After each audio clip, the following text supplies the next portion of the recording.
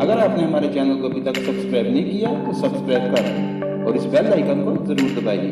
हम आपको लिए चलेंगे आपकी फेवरेट वीडियोस की तरफ।